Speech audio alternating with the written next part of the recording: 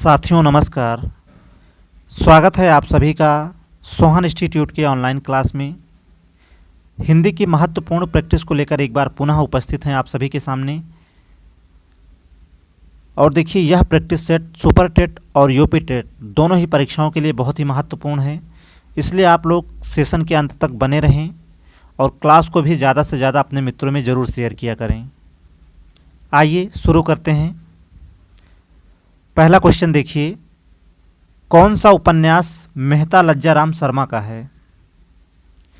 चलिए, आप सभी उत्तर करेंगे कि इनमें से कौन सा उपन्यास मेहता लज्जाराम शर्मा का है। ऑप्शन ए में दिया है धूर्त रसिकलाल, बी ऑप्शन में दिया है निस्सहाय हिंदू, ऑप्शन सी में दिया है 100 अजान और एक सुजान, और ऑप्शन डी में दिया है ठाकुर जगमोहन सिंह। देखिए, यहाँ नहीं होगा, यहाँ आप लोग देखिए श्यामा स्वप्न कर लेंगे।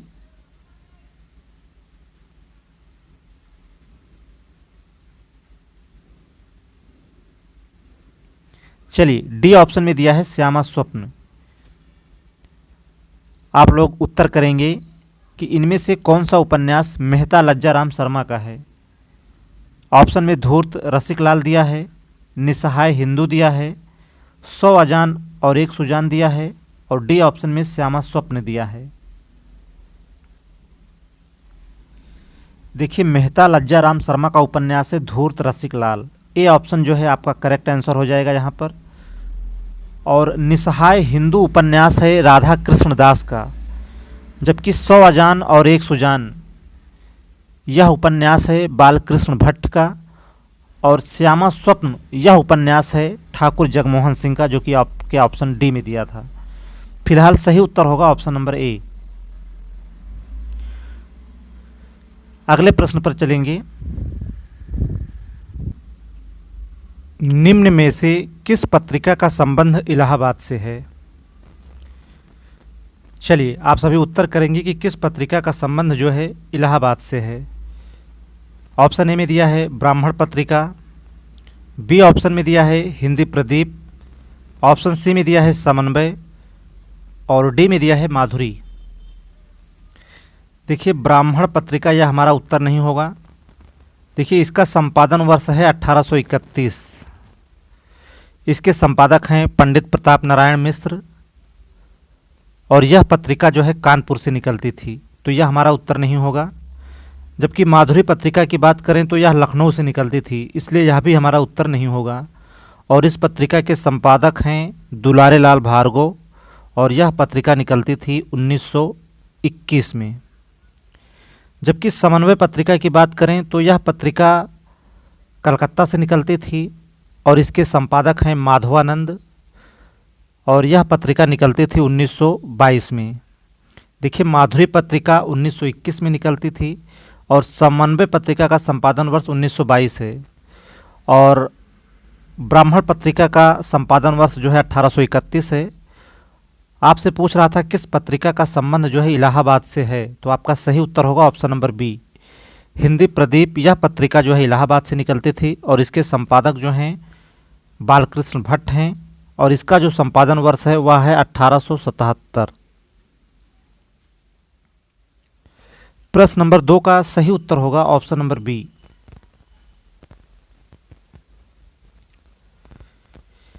अगले क्वेश्चन पर चलेंगे। पराधीन सपने हूँ सुख नाही किस रचनाकार की पंक्तियां हैं? ऑप्शन में कबीरदास दिया है, रैदास दिया है, सूरदास दिया है, और डी ऑप्शन में तुलसीदास दिया है। आपको बताना है कि पराधीन सपने हूँ सुख नाही यह पंक्ति जो है किस रचनाकार की हैं। देखिए, बहुत ही सुंदर पंक्ति है, पराधीन सपने हूँ सुख नाही, और यह पंक्ति है तुलसीदास की। डी उत्तर जो है आपका करेक्ट आंसर होगा यहाँ पर, और यह पंक्ति जो है रामचरितमानस की पंक्ति है। चलिए आगे चलेंगे। अमृतलाल नागर के किस उपन्यास में गोस्वामी तुलसीदास की जीवनी को आधार बनाया गया है? चलिए, अच्छा प्रश्न है। अमृतलाल नागर के किस उपन्यास में गोस्वामी तुलसीदास की जीवनी को आधार बनाया गया है? ऑप्शन ए में दिया है बूंद और समुद्र, ऑप्शन बी में दिया है सुहाग के नूपुर, ऑप्शन सी में दिया है मानस का हंस और डी में दिया है अमृत और विष। आप सभी को बताना है कि अमृतलाल नागर का वह कौन सा उपन्यास है जिसमें गोस्वामी तुलसीदास की जीवनी को जो है आधार बनाया गया है। देखिए, हिंदी साहित्य से प्रश्न आपकी यूपी टेट की परीक्षा में हमेशा आते हैं और 69,000 शिक्षक भर्ती की जो परीक्षा हुई थी, आपका जो सुपर टेट का एग्ज़ाम हुआ था, उसमें देखिए आपके सुपर टेट के सिलेबस में हिंदी साहित्य का पोर्शन जो है नहीं था। फिर भी सवाल आपसे पूछे गए थे, जिसको लेकर काफ़ी विवाद रहा था। लेकिन नेक्स्ट टाइम जो है ऐसा नहीं होगा। हिंदी साहित्य का पोर्शन आपको सुपर टेट के सिलेबस में निश्चित रूप से देखने को मिलेगा। इसलिए देखिए, बहुत ही ज़्यादा इम्पोर्टेंट है आपके सुपर टेट के लिए, यूपी टेट के लिए। आप एडेड जूनियर भर्ती की तैयारी कर रहे हैं तो उसके लिए भी, और टीजीटी में तो हमेशा साहित्य से प्रश्न आते ही आते हैं। चलिए उत्तर करिए आप सभी कि अमृतलाल नागर का वह कौन सा उपन्यास है जिसमें गोस्वामी तुलसीदास की जीवनी को जो है आधार बनाया गया है। देखिए, ये सभी उपन्यास जो हैं अमृतलाल नागर के हैं और उनका मानस का हंस जो उपन्यास है उसमें जो है गोस्वामी तुलसीदास की जीवनी को जो है आधार बनाया गया है। सी ऑप्शन जो है आपका करेक्ट आंसर होगा यहाँ पर। जबकि बूंद और समुद्र जो उनका उपन्यास है उसमें देखिए बूंद जो है व्यक्ति का और समुद्र जो है समाज का प्रतीक है। जबकि सुहाग के नूपुर की बात करें तो मध्यकालीन कुल वधुओं एवं नगर वधुओं का जो है चित्रण है सुहाग के नूपुर में। जबकि अमृत और विष जो इनका उपन्यास है इसमें भारतीय गणतंत्र के 15 वर्षों का राजनीतिक एवं सामाजिक चित्रण है। चलिए, सही उत्तर होगा option number C. Question number 5 के क्रम में आगे बढ़ेंगे। नई कविता पत्रिका का प्रकाशन जो है कहाँ से आरंभ हुआ? चलिए, नई कविता यह एक पत्रिका है, इसका प्रकाशन जो है कहाँ से होता था आपको बताना है। ऑप्शन ए में दिया है इलाहाबाद से, ऑप्शन बी में दिया है लखनऊ से, सी ऑप्शन में दिया है कलकत्ता और डी में दिया है दिल्ली से। प्रश्न नंबर 5 के लिए आप सभी उत्तर करेंगे। देखिए, नई कविता पत्रिका का प्रकाशन जो है इलाहाबाद से पत्रिका जो है प्रकाशित होती थी और नई पत्रिका का सर्वप्रथम प्रकाशन जो है सन 1954 ईस्वी में डॉक्टर जगदीश चंद्र गुप्त के संपादकत्व में जो है प्रारंभ हुआ। हमने आपको बताया कि यह एक अर्धवार्षिक पत्रिका थी और नई कविता यह नाम दिया था अज्ञे जी ने। देखिए, इस पत्रिका का नाम जो है नई कविता है और यह नाम दिया था अज्ञे जी ने। चलिए, ए ऑप्शन जो है आपका सही उत्तर होगा यहाँ पर।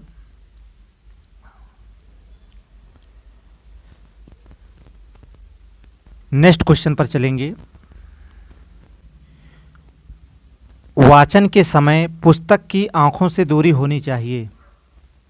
चलिए, प्रश्न नंबर 6 के लिए आप सभी उत्तर करेंगे। देखिए, ये वाचन होगा।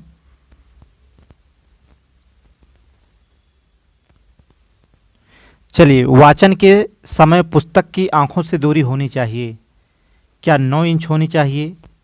ऑप्शन बी में 10 इंच दिया है, ऑप्शन सी में 11 इंच दिया है और डी में 12 इंच दिया है।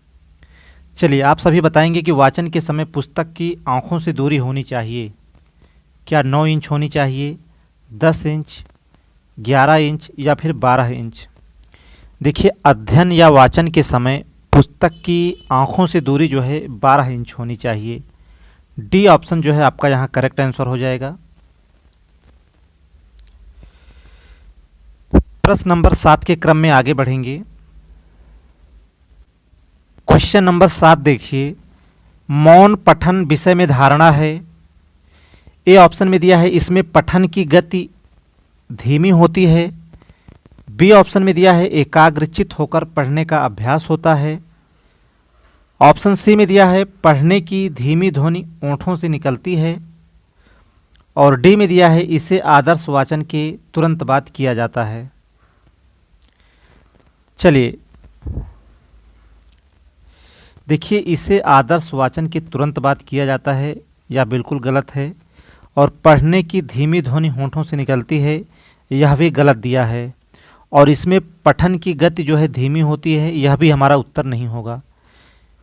देखिए, मौन पठन के विषय में यह धारणा है कि इससे विद्यार्थी बिना आवाज़ किए अपने पाठ को पढ़ता है।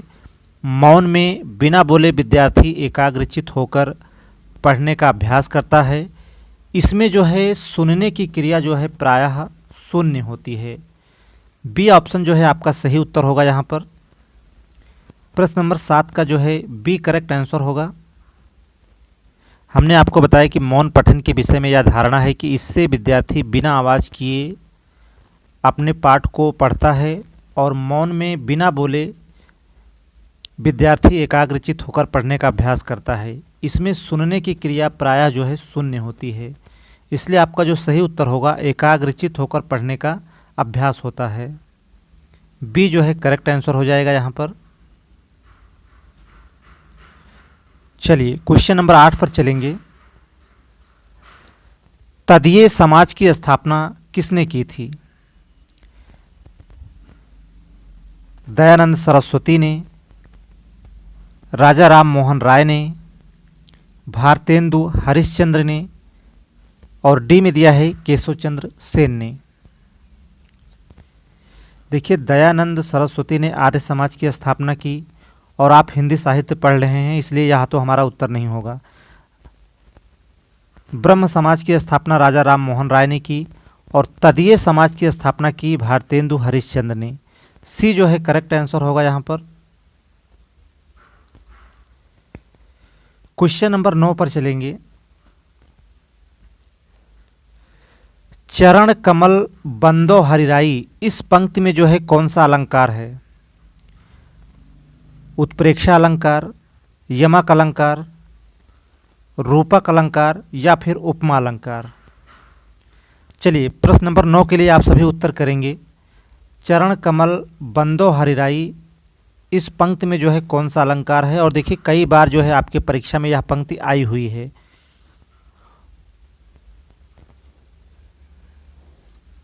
देखिए इसमें रूपक अलंकार होगा। सी उत्तर जो है आपका पूरी तरह से सही होगा यहाँ पर।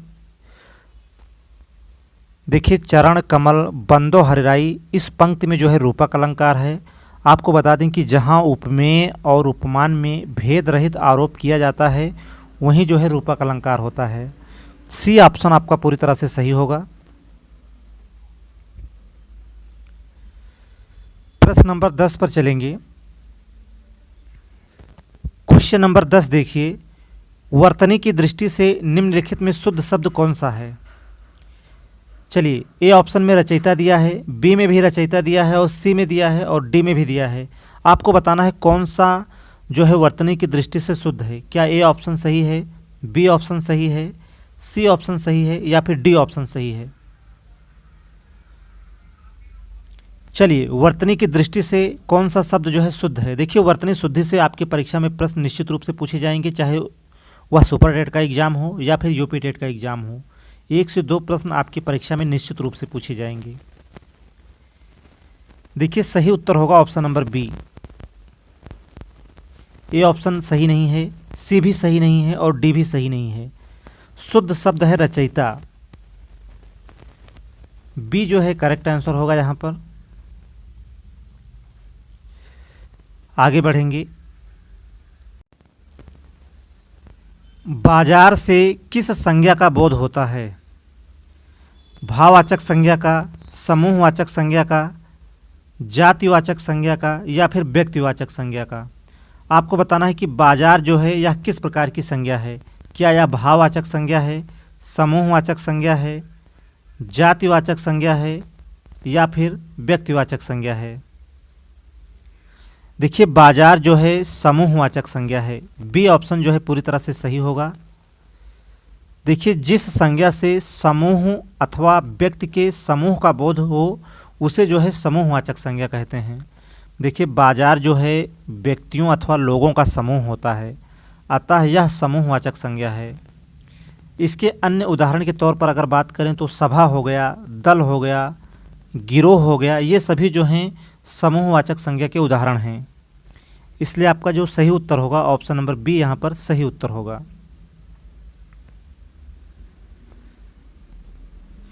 प्रश्न नंबर 12 के क्रम में आगे बढ़ेंगे। निम्नलिखित में से कौन गुणवाचक विशेषण नहीं है? ऑप्शन ए में दिया है गोल, बी ऑप्शन में दिया है अधिक, ऑप्शन सी में दिया है नुकीला और डी में दिया है भीतरी। देखिए यह प्रश्न बिल्कुल आपके लिए आसान प्रश्न है। आपको बताना है कि इनमें से जो है कौन गुणवाचक विशेषण नहीं है। तो देखिए गोल गुणवाचक विशेषण है, नुकीला भी है, भीतरी भी है, लेकिन अधिक जो है गुणवाचक विशेषण नहीं है, इसलिए आपका यही सही उत्तर हो जाएगा। आपसे पूछ रहा था कि कौन जो है गुणवाचक विशेषण नहीं है, तो अधिक जो है गुणवाचक विशेषण नहीं है, जबकि नुकीला, गोल तथा भीतरी आदि गुणवाचक विशेषण हैं। देखिए जिस शब्द से संज्ञा का गुण, दशा, स्वभाव आदि लक्षित हो उसे गुणवाचक विशेषण कहते हैं। जैसे प्राचीन हो गया, देशीय हो गया, सुडौल हो गया, दुबला हो गया, बड़ा सा, छोटी सी, ये सभी जो हैं गुणवाचक विशेषण के जो हैं उदाहरण हैं। प्रश्न नंबर 12 का सही उत्तर होगा ऑप्शन नंबर बी। चलिए आगे चलेंगे। मुख्य क्रिया के अर्थ स्पष्ट करने वाली क्रिया होती है। ऑप्शन ए में दिया है सहायक क्रिया, बी में दिया है प्रेरणार्थक क्रिया, सी ऑप्शन में दिया है नामबोधक क्रिया और डी में दिया है नाम धातु क्रिया। आपको उत्तर करना है कि मुख्य क्रिया के अर्थ को स्पष्ट करने वाली क्रिया जो है कौन सी है। क्या सहायक क्रिया है, प्रेरणार्थक क्रिया है, नामबोधक क्रिया है या फिर नाम धातु क्रिया है? देखिए मुख्य क्रिया के अर्थ को स्पष्ट करने वाली क्रिया जो है सहायक क्रिया कहलाती है, इसलिए ए ऑप्शन जो है आपका यहाँ पर सही उत्तर होगा। जबकि प्रेरणार्थक क्रिया की बात करें तो जिन क्रियाओं से इस बात का बोध हो कि कर्ता स्वयं कार्य न कर किसी दूसरे को जो है कार्य करने के लिए प्रेरित करता है, वे जो हैं प्रेरणार्थक क्रियाएं कहलाती हैं। जबकि नाम धातु की बात करें तो जो धातु संज्ञा या विशेषण से बनती हैं उसे नाम धातु कहते हैं, और नाम बोधक की बात करें तो संज्ञा अथवा विशेषण के साथ क्रिया जोड़ने से जो संयुक्त क्रिया बनती है उसे नाम बोधक क्रिया कहते हैं। चलिए उम्मीद है उत्तर आपको पूरी तरह से स्पष्ट होगा। क्वेश्चन नंबर 14 देखेंगे। अजात शत्रु में कौन सा समास है? तत्पुरुष समास दिया है, द्वंद्व समास दिया है, कर्मधारय समास दिया है और डी में जो है बहुब्रीहि समास दिया है। आप सभी को बताना है कि अजात शत्रु में जो है कौन सा समास है। देखिए अजात शत्रु जिसका कोई शत्रु न हो या जिसका कोई शत्रु पैदा न हो, अर्थात किसी व्यक्ति विशेष की बात हो रही है, यह बहुब्रीहि समास का उदाहरण है। देखिए बहुब्रीहि समास में कोई भी शब्द प्रधान नहीं होता है, बल्कि दोनों शब्द मिलकर एक नया अर्थ प्रकट करते हैं। जैसे अन्य उदाहरण के तौर पर दशानन हो गया, चक्रधर हो गया, ये सभी जो हैं बहुब्रीहि समास के उदाहरण हैं। अजात शत्रु में कौन सा समास है? तो बहुब्रीहि समास का यह उदाहरण है। डी ऑप्शन जो है आपका सही उत्तर होगा। क्वेश्चन नंबर 15 पर चलेंगे। प्रश्न नंबर 15 देखिए। आधे अधूरे नाटक के रचनाकार हैं। ऑप्शन ए में दिया है अमृतलाल नागर, ऑप्शन बी में दिया है मन्नू भंडारी, ऑप्शन सी में दिया है मोहन राकेश और डी में दिया है निर्मल वर्मा। आप सभी को उत्तर करना है कि आधे अधूरे यह नाटक जो है किस रचनाकार का है। क्या अमृतलाल नागर का है, मन्नू भंडारी का है, मोहन राकेश का है या फिर निर्मल वर्मा का है? देखिए आधे अधूरे नाटक के रचनाकार हैं मोहन राकेश। सी उत्तर जो है करेक्ट आंसर होगा यहाँ पर। जबकि इनकी अन्य रचनाओं की बात करें तो आषाढ़ का एक दिन, लहरों के राजहंस तथा पैर तले जमीन इनका जो है अधूरा नाटक है, और मन्नू भंडारी का जो है महाभोज है। चलिए मन्नू भंडारी का जो है महाभोज है और आधे अधूरे नाटक के रचनाकार मोहन राकेश हैं। सी ऑप्शन जो है पूरी तरह से सही होगा। आज के प्रैक्टिस सेट में 15 क्वेश्चनों का समावेश किया गया था। सेशन कैसा रहा आप सभी कमेंट में ज़रूर बताएं और क्लास को भी आप लोग ज़्यादा से ज़्यादा अपने मित्रों में ज़रूर शेयर करें। जो मित्र चैनल पर पहली बार आए हैं चैनल को आप सभी सब्सक्राइब ज़रूर करें। आज के लिए सिर्फ इतना ही। क्लास में लगातार बने रहने के लिए आप सभी मित्रों का बहुत बहुत धन्यवाद।